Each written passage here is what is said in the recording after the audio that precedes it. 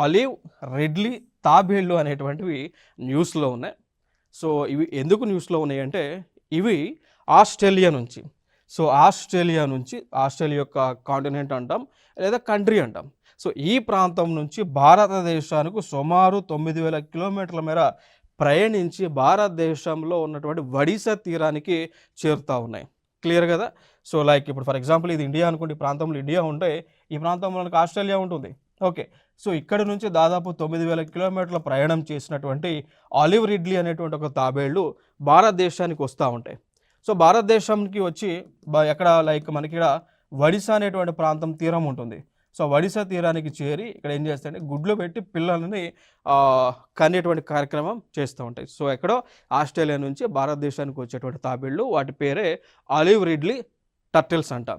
ఓకేనా? IUCN యొక్క ప్రకారం so like international union for conservation of nature of flora and fauna అంటాం.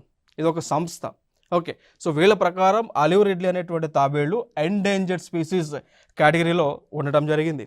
మరి తాబేళ్లు అనేటువంటివి ఆస్ట్రేలియా దేశం నుంచి భారతదేశంలో ఏ ప్రాంతానికి అత్యధికంగా వస్తున్నాయంటే ఒడిశా తీరానికి ఎక్కువగా వస్తూ ఉన్నాయి. సో ఒడిశా తీరంలో ఉన్నటువంటి నదులు లైక్ గహీర్మాత కానీ లేదా దేవి రివర్, ఈ ప్రాంతాలకు ఎక్కువగా ఈ తాబేళ్లు అనేటువంటివి వచ్చి గుడ్లు పెట్టి పిల్లలు అనేటువంటి కార్యక్రమం కూడా చేస్తూ ఉన్నాయి. సో దాదాపు ఎన్ని తాబేళ్లు వస్తున్నాయి? యావరేజ్గా 6,37,000 తాబేళ్లు అనేటువంటివి వస్తూ ఉన్నాయి. ఓకే, సో ఇది ఇంపార్టెంట్ అంశంగా మనం గుర్తుపెట్టుకోవాలి.